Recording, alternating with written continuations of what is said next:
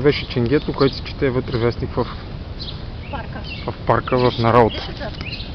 Това дали ще мога да преследва престъпник? Вътре си чете вестник нашия човек.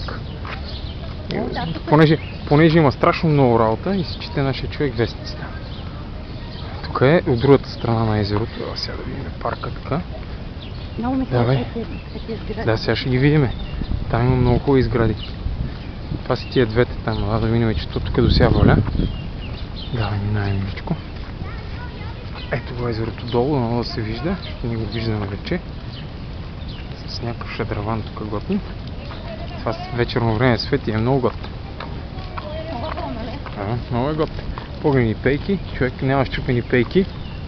Кошчета, пълни с... Вижте какво спокойствие. Да. Кошчетата ги празнат май 2 пъти или 3 пъти на ден. Слагат такова. Да видим дали се вижда черната налумова чанта вътре, не като при нас вътре мизерия. Това е череша май. Има и мостче, ела да го снимаме и мостчето. Не може да вървим през тревата. Предполагам, че може, ама да минем през череши. Това са череши между другото. Дай от тук през тревата, ребе, давай. Те си минават хората. Добре ли? Кой ги обрал тия череши? Не знам, това са череши. Боже, Да, виж ли, това са череши. По листата поне така ми се струва. Това е дива череша. Какво е готино от среща има? Тук е много готино.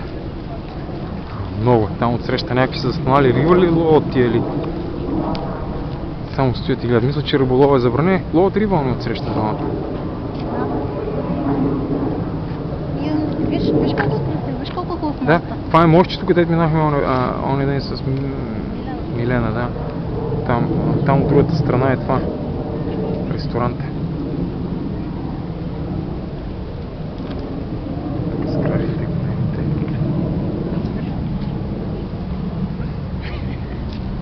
Айде да свършим, останаха ни само 3 минути да записваме.